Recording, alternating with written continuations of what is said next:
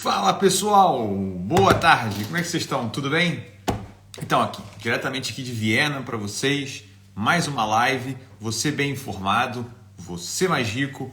Vamos aqui conversar um pouquinho sobre economia, investimentos, finanças, para você ficar mais bem informado. Você que mora no Brasil ou você que mora fora vai estar bem informado, vai entender um pouco melhor de economia. E hoje, no meu bate-papo, normalmente é acompanhado de outras pessoas, mas hoje sou apenas eu e você junto aqui, conversando um pouco de uma maneira realmente o máximo possível informal para que você possa entender cada vez mais como a economia faz parte do seu dia e como você pode, através de pequenas informações, mas boas informações, desenvolver a sua vida de maneira mais rica e que você possa sim aproveitar. Seja você com a pessoa com maior conhecimento, com menos conhecimento. O importante aqui é você estar junto e a gente conversar aqui para você entender cada vez mais como as informações, como elas podem ajudar você, como elas podem beneficiar na sua vida. Vou trazer alguns exemplos aqui engraçados aqui que eu andei pensando para conversar com vocês. Por exemplo, vamos aqui começar pelo primeiro tema. Inflação, né? Quando as pessoas pensam em inflação, fica nervosa, fica, caraca, o que está acontecendo? Então, isso é uma das coisas que é necessária a gente conversar. Por que a pessoa fica tão nervosa, né? Inflação, o que é inflação? Eric, meu Deus do céu, as coisas estão mais caras. Inflação é quando as coisas ficam mais caras. Ou inflação é quando o meu dinheiro cada vez compra menos coisa, né? O meu carrinho de compra está cada vez mais vazio. Ou inflação é, por exemplo, quando cada vvez mais, né, as moedas, a minha carteira fica com mais notas também e essas notas cada vez compram menos coisa. Tem até uma cena meio bizarra, não sei se vocês já viram, por exemplo, que tem a ver justamente com uma cena na época da Alemanha, em 1921, por exemplo, que era uma criança empurrando um carrinho de compra cheio de notas, de moedas em cima, né? Até em cima, somente para comprar um pãozinho. Então, situações assim meio bizarras que já aconteceram. Mas aqui, voltando aqui, vou dar um exemplo para vocês da inflação. E a inflação, pessoal, não só afeta vocês ou afeta o seu poder de compra, ou seja, o dinheiro que você está comprando ou os objetos. Vocês veem que as coisas vão ficando mais caras.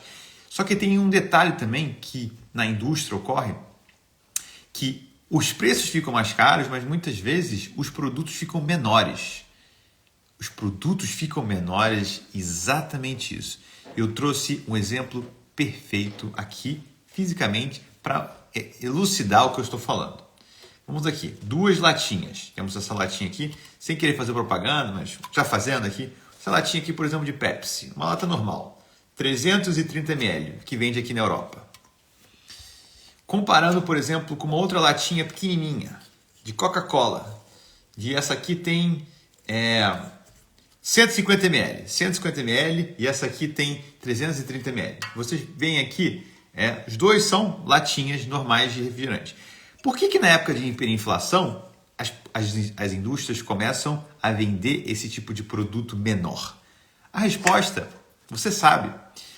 Quando as coisas vão ficando mais caras, para que você ache, né, que você em tese não está sofrendo tanto, afetando, porque normalmente uma pessoa que vai ao mercado, compra talvez refrigerante, ela vai comprar e ela sabe, né, que pensa, por exemplo, que uma garrafa de Coca-Cola, por exemplo, de 2 litros, custa, não sei, 5 reais. Aqui na Europa custa quase 2 euros. E aí o que acontece? Com o aumento, como as coisas vão ficando mais caras e os preços vão ficando mais caros, para que as pessoas continuem comprando, o que eles fazem? Ao invés de botarem os preços mais baratos, que muitas vezes não dá para ocorrer por muitos motivos, o que eles fazem? Eles lançam versões menores.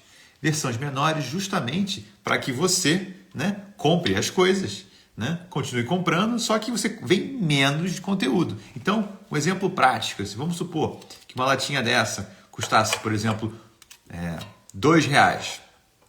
E com um aumento, né, com a inflação aumentando, com o aumento do preço dos produtos subindo, essa aqui não custa mais 2, custa 3, custa 4. E aí eles lançam no mercado um outro produto com tamanho menor que custa R$ 2, justamente para compensar, né, que você pensa, poxa, tá ficando mais caro, não consigo comprar mais. Então, para as pessoas comprarem, eles lançam versões miniaturas. Então, percebam só, por exemplo, um outro exemplo é com chocolate.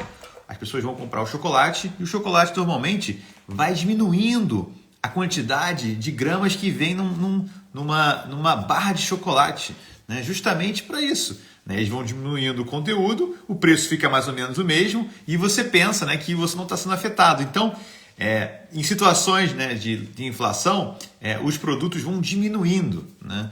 Vão shrinking, né? Vão diminuindo justamente porque os fornecedores sabem que o aumento não é só do preço final, o aumento da matéria-prima, justamente para vender para as pessoas, para elas continuarem a comprar os produtos. Temos aqui um exemplo aqui da Tati, aqui, do Mundo da Tati. Sigam o Mundo da Tati, muito interessante. Austríaca, que vive em Viena, né? Fala português, pelos cotovelos, e ela tem excelentes vídeos conversando, falando com vocês em português, né? Um austríaco que fala português explicando como é a vida na Áustria e dando dicas para vocês que querem vir, que moram aqui, brasileiros em geral. Então, sigam o Mundo da Tati. Tati manda aqui um recado aqui. Percebi isso no hambúrguer do McDonald's. É verdade. Os produtos vão diminuindo.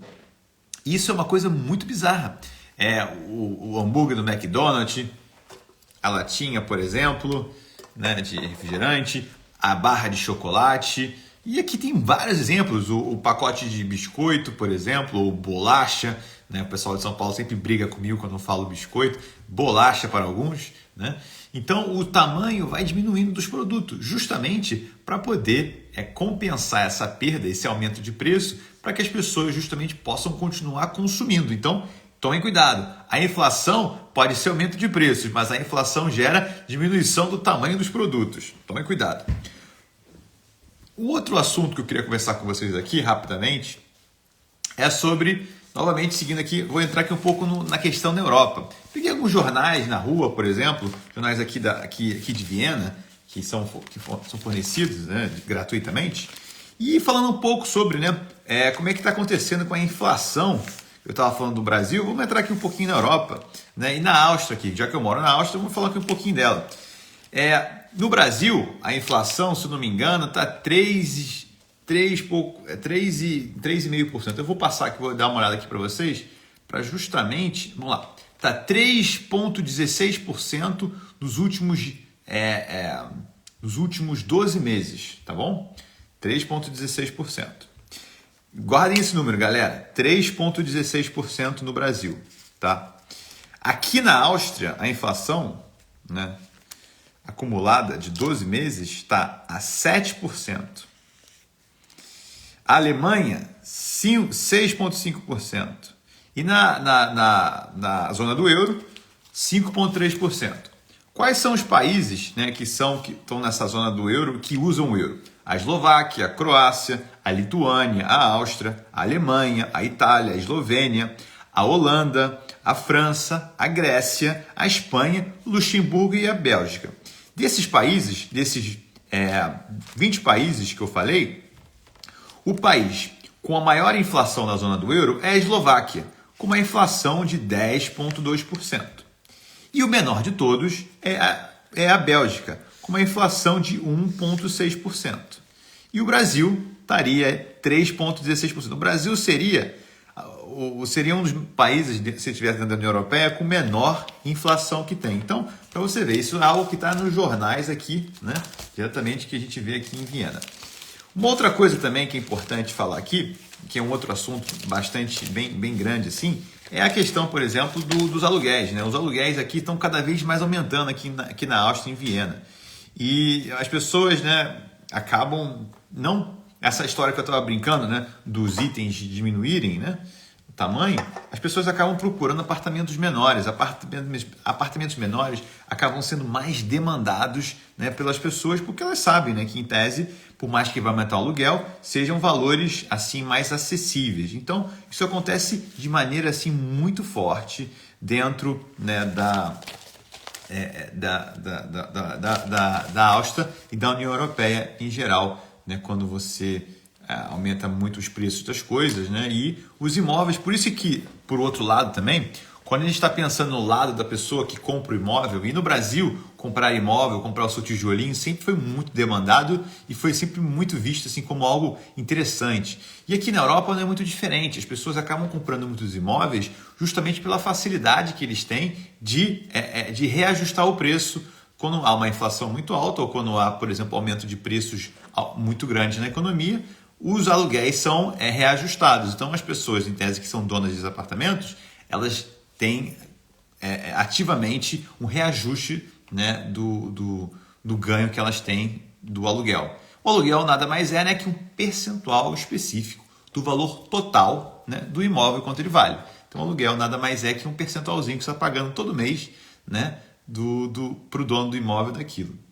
Uma outra notícia, pessoal, que eu acho legal a gente conversar aqui, agora indo para o Brasil, é em relação ao que aconteceu ontem. Não sei se vocês pararam para ver ou viram, né, que o Banco Central brasileiro diminuiu a taxa de juros, né, de 13,75% para 13,25%.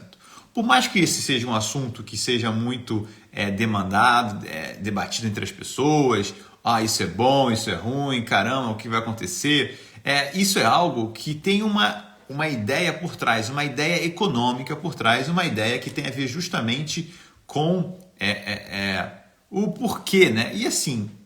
E aí antes de eu entrar numa explicação que pode parecer complexa ou não, é bom a gente entender umas coisas básicas, né? A moeda, né, que como qualquer outro bem, qualquer outro ativo, né, como por exemplo, quando eu falo ativo, eu falo uma pessoa chega, né, pensa em ativo simplesmente como investimentos, né? Um ativo do banco, tudo aquilo. Mas qualquer coisa, qualquer bem, a gente pode aqui falar como um ativo, né? E a moeda, por exemplo, ela nada mais é que isso. É um ativo em que tem a ver que é um papel moeda, né?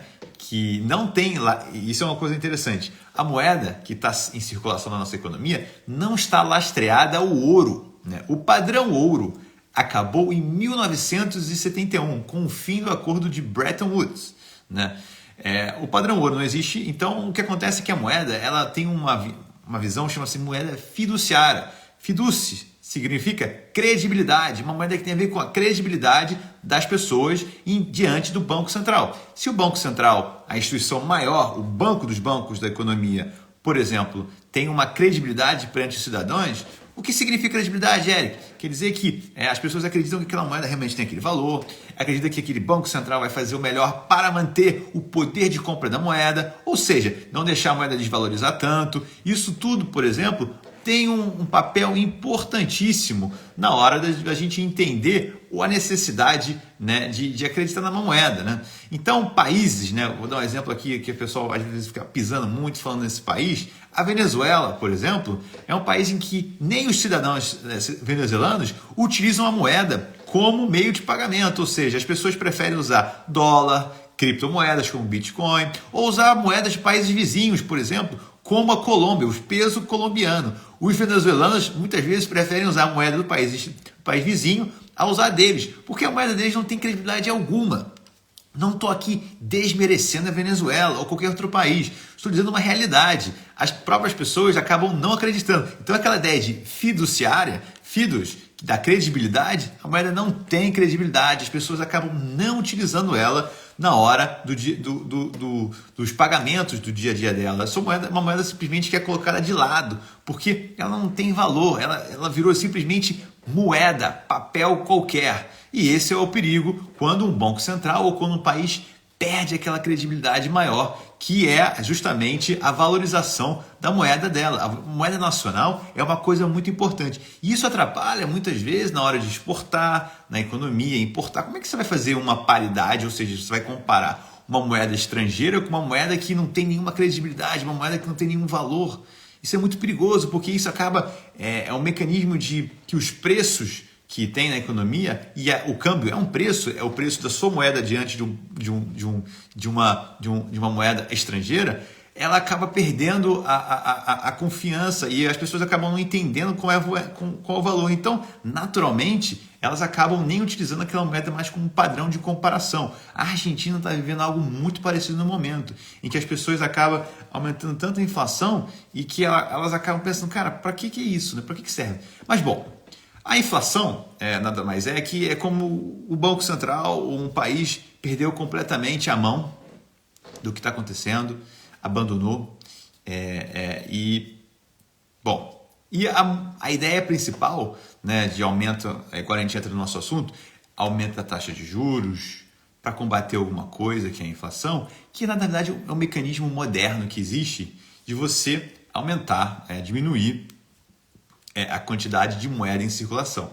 Por que acontece? Um governo normalmente ele tem impulsos, né, de tentar ajudar a população, aumentando, por exemplo, a liquidez. Eric, meu Deus do céu, o que é liquidez? Liquidez é a quantidade de moeda em circulação.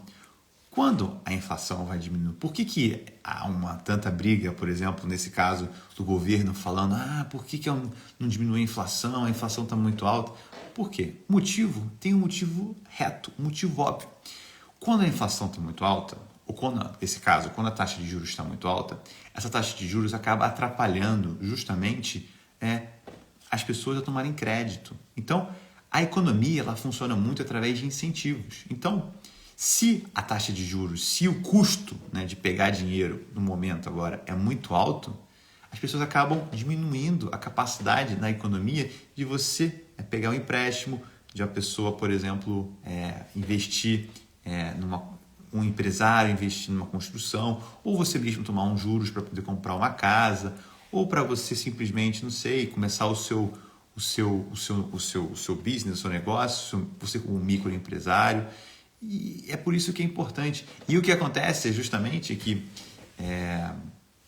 existem classes, né, de empréstimo mais baratos, justamente para facilitar para as pessoas para tomar aquele crédito. Mas, na verdade, vocês pensem só comigo, o crédito não deveria ser igual, o preço para todo mundo, o preço justamente para que todo mundo tivesse a oportunidade de ter acesso àquilo e não simplesmente um grupo específico de pessoas?